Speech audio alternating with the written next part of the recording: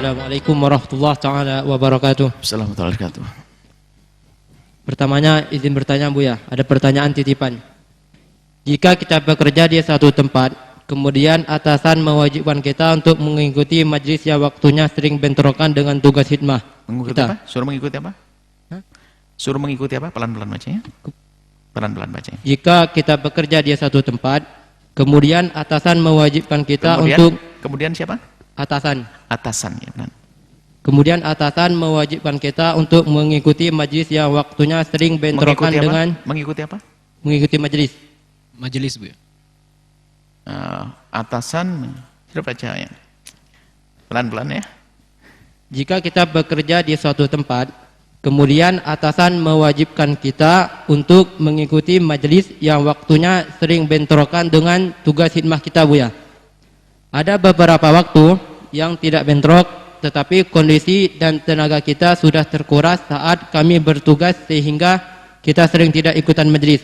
Pertanyaannya, apakah kita ini termasuk orang yang tidak patuh dengan atasan? Lalu bagaimanakah solusinya Buya? Mohon bimbingannya. Baik, bertanya atasannya yang punya majlis. Yang punya majlis atasannya. Kalau yang punya majlis atasannya, berarti majlis itu adalah juga termasuk perintah dari atasannya. Jadi misalnya atasanmu memberikan tugas banyak, atasan masuk mungkin dalam struktur aturan. Jadi kalau nyuruh kerja dan sebagainya, di saat bekerja tiba-tiba disuruh mengikuti majelis, berarti telah diizinkan menghadiri majelis. Misalnya di pondok seperti ini, tiba-tiba kita panggil semua yang bekerja, tukang-tukang dan sebagainya, seperti kajian yang pernah kita lakukan, hadir semuanya. Ya sudah, nggak akan dipotong uang barokahnya karena kita yang memanggil untuk tujuan. Ya nggak ada bertentangan yang demikian ini. Ya harus patuh dong dengan atasan. Nabi kan mengajarkan dalam aturan rumah tangga atau apa harus percaya dengan, harus patuh dengan imamnya atasannya. Kalau enggak ya melanggar dong. Harus begitu. Yang berbeda adalah atasannya si A, yang memerintahkan adalah orang lain. Ini nggak ketemu judulnya.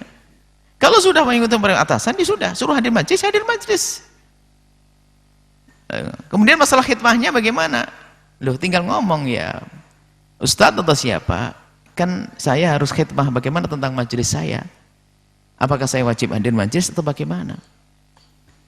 Nah, kalau memang ternyata kata atasannya, lebih baik kau khidmah dulu karena apa? Itu nggak bisa ditinggalkan. Seperti kita juga sering menyampaikan, di Maulid Akbar, maka tidak perlu para santri itu dengar ceramah karena perlunya melayani tamu. Ya nggak ada apa-apa, sudah diperintahkan. Memuliai tamu waktu itu adalah penting, ngajinya di tempat yang lain. Ada saat-saat seperti itu. Intinya patuh. Dan itu akan terselesaikan dengan hilangnya hawa nafsu.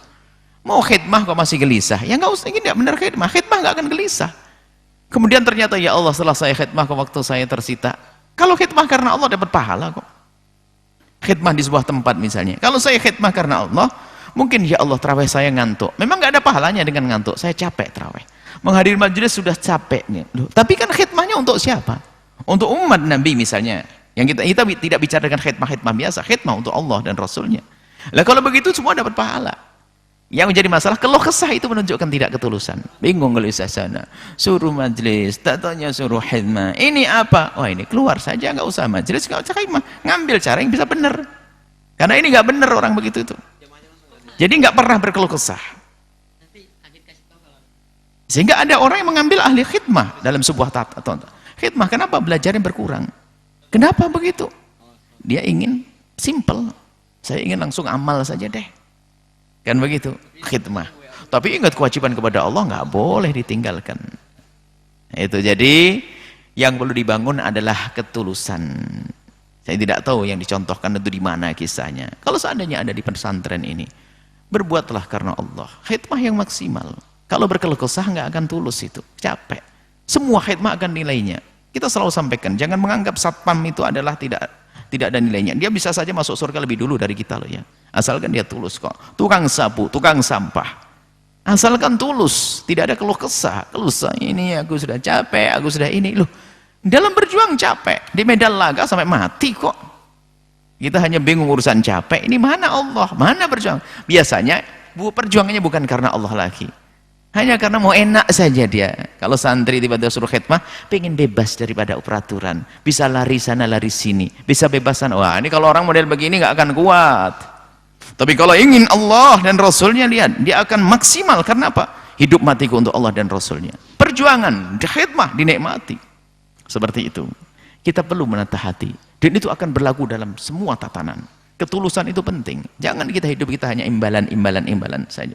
Biarpun imbalan kadang diperlukan, kita bekerja mendapatkan gaji. Tapi selagi kita sudah punya urusan dalam tugas maksimal, yang menilai adalah Allah. Biarpun kepada kita bekerja di orang kaya. Saya bekerja sebagai kuli, misalnya di orang kaya. Kerja. Saya dapat gaji dan saya puas ada kesempatan dengan gaji. Saya kerja maksimal, ini ada nilai pahala. Saya bantu nyumbang orang kaya. Dapat pahala saya kok. Saya serius kerja. Orang Islam kan harus begitu. Al-mu'minu ala syurutihim.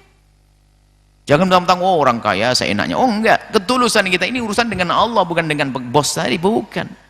Kalau seandainya manusia punya jiwa tulus seperti ini, apa yang enggak enak di dunia ini? Semua akan dimudahkan. Semua akan menjadi gampang. Ini kami sampaikan kepada siapapun yang bekerja, atasannya penuh kasih dengan bawahannya. Bawahannya pun juga penuh kerinduan kepada Allah di saat berjuang.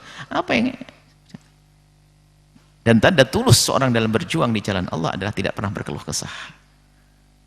Bahkan kerjaan itu dicari.